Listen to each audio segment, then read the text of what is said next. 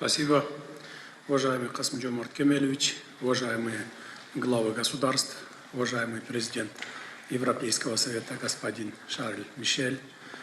Прежде всего, хотел бы выразить благодарность президенту Республики Казахстан, уважаемому Касым-Жомарту Кемелевичу Токаеву за приглашение, гостеприимство и прекрасную организацию сегодняшнего мероприятия.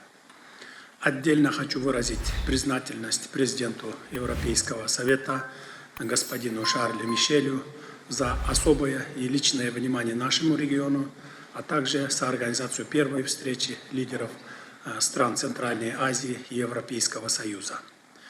Со своей стороны приветствуем появление нового шестистороннего формата на высшем уровне. Видим значительный потенциал в нашем межрегиональном сотрудничестве. В этом году исполнилось ровно 30 лет со дня установления двустороннего партнерства Кыргызской Республики с Европейским Союзом. На сегодняшний день наше взаимодействие охватывает практически все сферы и выходит на качественно новый уровень сотрудничества. В регионе Кыргызстан выступает за укрепление интеграции в Центральной Азии и прилагает для этого практические усилия. Последняя консультативная встреча глав государств Центральной Азии в июле 2022 года в городе Чолпан-Ата показала, что у стран региона есть понимание того, что торгово-экономическое, энергетическое, транспортное и иные виды взаимодействия являются прочной основой обеспечения стабильности и безопасности всей Центральной Азии. По итогам нашей встречи нами была принята концепция взаимодействия государств Центральной Азии в рамках многосторонних форматов, в соответствии с которой мы подтвердили наши твердые намерения развивать региональное сотрудничество, в том числе с Европейским Союзом. На консультативной встрече был также подписан договор о дружбе, добрососедстве и сотрудничестве в целях развития Центральной Азии в 21 веке. Мы договорились развивать взаимоотношения на основе доверия, руководствуясь принципами взаимного уважения государственного суверенитета, территориальной целостности и нерушимости границ, урегулирования споров за столом переговоров, неприменения силы или угрозы силой, соблюдения основных прав и свобод человека, добросовестного выполнения международных обязательств и норм международного права. Считаем, что присоединение всеми странами Центральной Азии к упомянутому договору создаст твердую основу для укрепления доверия, мира и стабильности в регионе. Мы убеждены, что единый, интегрированный регион также отвечает целям и задачам стратегии Евросоюза по Центральной Азии, одобренной в 2019 году в Бишкеке. Уважаемые коллеги, отрадно, что проведенный в прошлом году по инициативе кыргызской стороны первый экономический форум «Центральная Азия», Европейский Союз в Бишкеке был поддержан партнерами, и очередное заседание запланировано в Казахстане весной следующего года. На открытии экономического форума в Бишкеке президент Еврокомиссии Урсула фон дер Ляйен отметила желание Евросоюза налаживать прочные связи, а не зависимость. Мы считаем, что с учетом новых глобальных вызовов в области торговли, стратегия Евросоюза по Центральной Азии могла бы быть усилена задачами по развитию торгово-экономической, инвестиционной и транспортной взаимосвязанности между странами двух регионов. Кыргызская экономика постепенно переходит к принципам зеленой экономики и устойчивости. В строй вводится все больше безуглеродных источников энергии, имея в виду в первую очередь гидроэлектростанции. На протяжении нескольких лет в регионе ведется сотрудничество по товарообмену электроэнергией. Это позволяет нам накапливать воду для орошения странами нижнего течения в летний период и получать взамен электроэнергию в отопительный сезон. Таким образом, учет взаимных интересов позволяет нам скоординированно преодолевать трудности. В этой связи важно учитывать имеющийся накопленный опыт сотрудничества стран региона в рамках планируемой новой региональной программы Team Europe «Вода, энергетика и изменение климата». Отдельно хотел бы остановиться на транзитном потенциале Центральной Азии. Кыргызстан, как страна, не имеющая выхода к морю, на сегодняшний день продолжает модернизацию важных транспортных артерий страны. Намечен крупный проект в области железнодорожного транспорта с участием соседних стран, строительство железнодорожной магистрали Китай, Кыргызстан, Узбекистан. Мы заинтересованы в реализации в Кыргызстане и других крупных инфраструктурных проектов в транспортной сфере. Это в значительной степени будет способствовать развитию как межрегионального торгово-экономического сотрудничества, так и внутри региона Центральной Азии.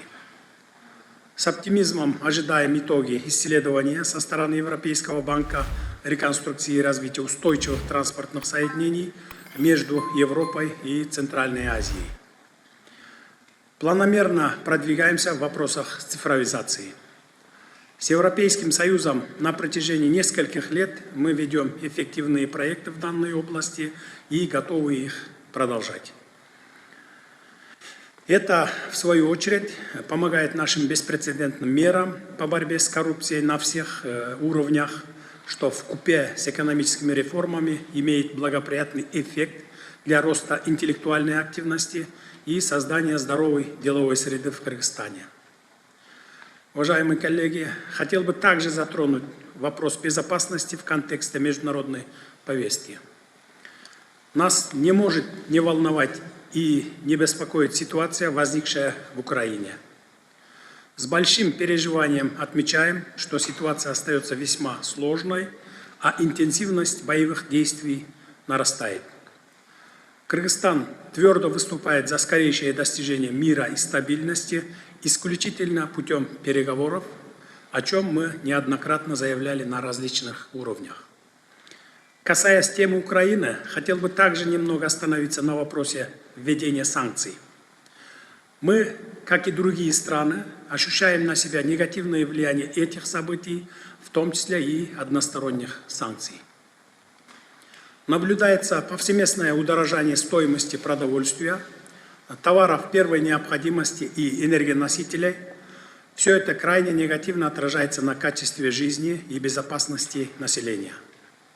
Что касается политики вторичных санкций, то мы считаем, что она не должна безразборно применяться в отношении третьих стран. В этом вопросе необходимо учитывать историко-политический аспект. Ни для кого не секрет, что в нашем регионе поддерживается высокая деловая активность с Россией, в том числе и в рамках интеграционных экономических структур. Это объективный процесс. В этой связи мы призываем европейских коллег к установлению диалога и консультациям по всем вопросам санкционной политики между профильными органами сторон. Мы готовы и открыты для совместного поиска взаимоприемлемых решений. Надеемся, что подобные меры помогут мировому сообществу не допустить дальнейшего скатывания мировой экономики в глобальный кризис. Несмотря на то, что внимание мировой общественности сейчас приковано к украинскому кризису, сегодня для нашего региона важным остается вопрос стабильности и безопасности в Афганистане. Мы приветствуем усилия международного сообщества, в том числе Европейского Союза, направленные на поддержку афганского народа в деле предотвращения гуманитарной катастрофы, которая может только усилиться с приходом морозов.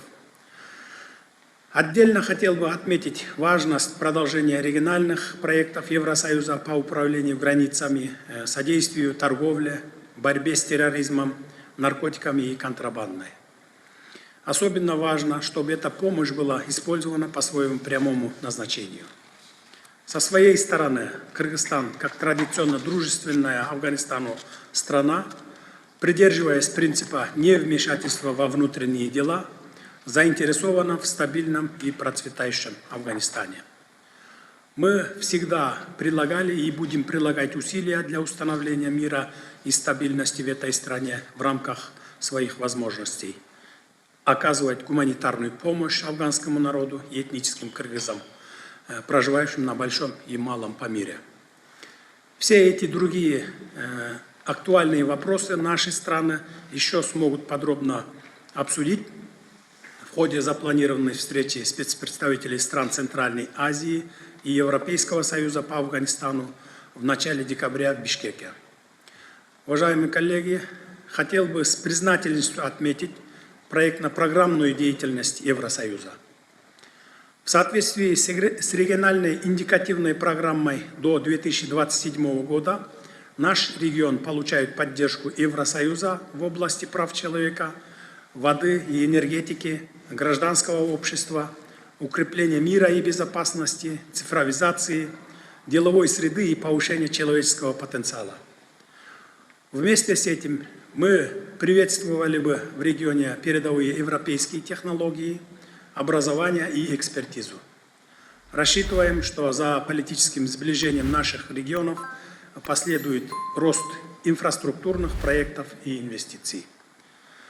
В завершение хотел бы выразить свою твердую поддержку инициативы преобразования наших встреч в постоянную платформу взаимодействия на высшем уровне. Со своей стороны предлагаю провести полноформатный саммит Центральная Азия-Евросоюз в следующем году в Кыргызстане.